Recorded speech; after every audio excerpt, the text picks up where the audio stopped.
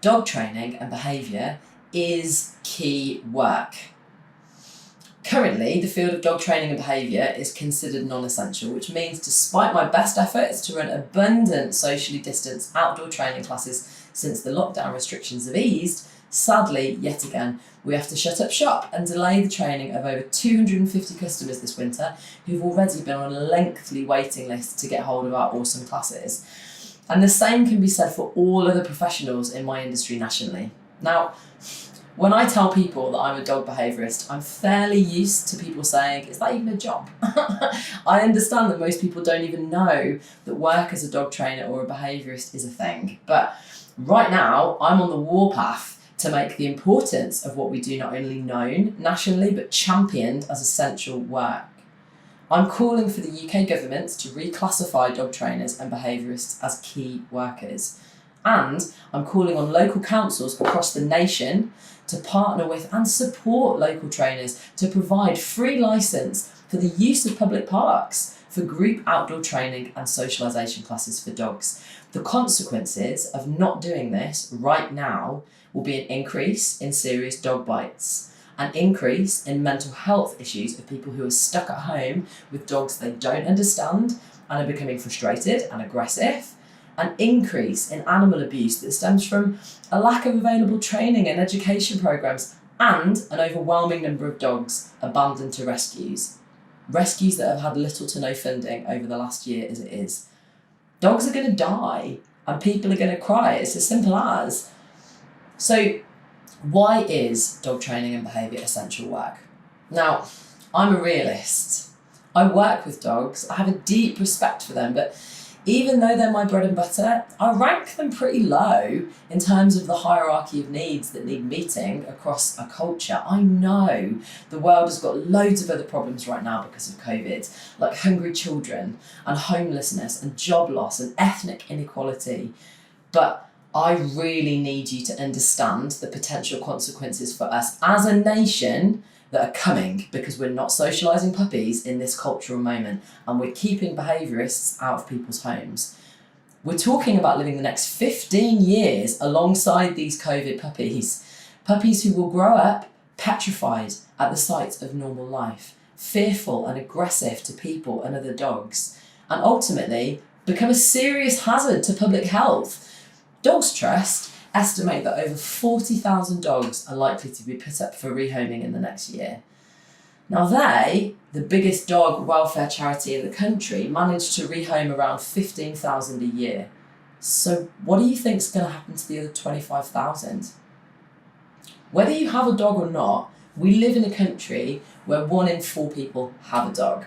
Every 4th neighbour of yours has at least one dog in their house, statistically speaking. They walk in our parks, they join us in cafes and restaurants when they're open, they play with our children. Dogs are a huge part of our culture and our community in the UK. And I get phone calls from clients on a daily basis that are locked down with dangerous dogs. One lady phoned me the other day to say that her German Shepherd had trapped her daughter in the kitchen for an hour and had to wait for someone else to return home to get her back to safety. This is a serious public health issue and you have to let me and other professionals do our jobs. I can't help that dog in a public park. It's not appropriate. Some dogs are so fearful and overwhelmed or just too dangerous to train in public parks. It's not an environment that they can concentrate in, and all the Zoom sessions in the world aren't going to stop people getting seriously bitten. We're also in the middle of a national puppy pandemic. Guys, we are breeding and buying and selling puppies at a horrific rate and an even more horrific price tag right now. You can check out another of my vlogs coming soon at The Hannah Malloy on Facebook or Instagram for more info on puppy shopping. But the point is that we're in a cultural moment where hundreds of thousands of puppies are being bought and brought up in homes with zero external training or socialisation opportunities. First-time dog owners are often willing to just see how they get on without any support, and they're really often shocked to realise that when their dog is 6 months, it's too late to turn their dog into an amazing school dog. It's often too late just to create a calm social butterfly that can chill at a cafe with them. Don't go it alone. Please, dog owners, get some help from an online trainer at the very least as soon as you get your puppy.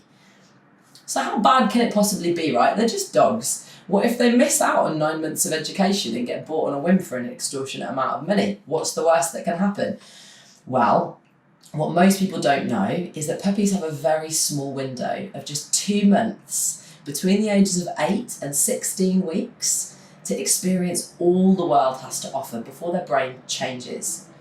After 4 months old, they become less confident of new experiences. And fundamentally, puppies who aren't socialised to the 5 S's, those are sights, sounds, smells, surfaces, and social interactions, in this period of time will have learning difficulties for the rest of their lives.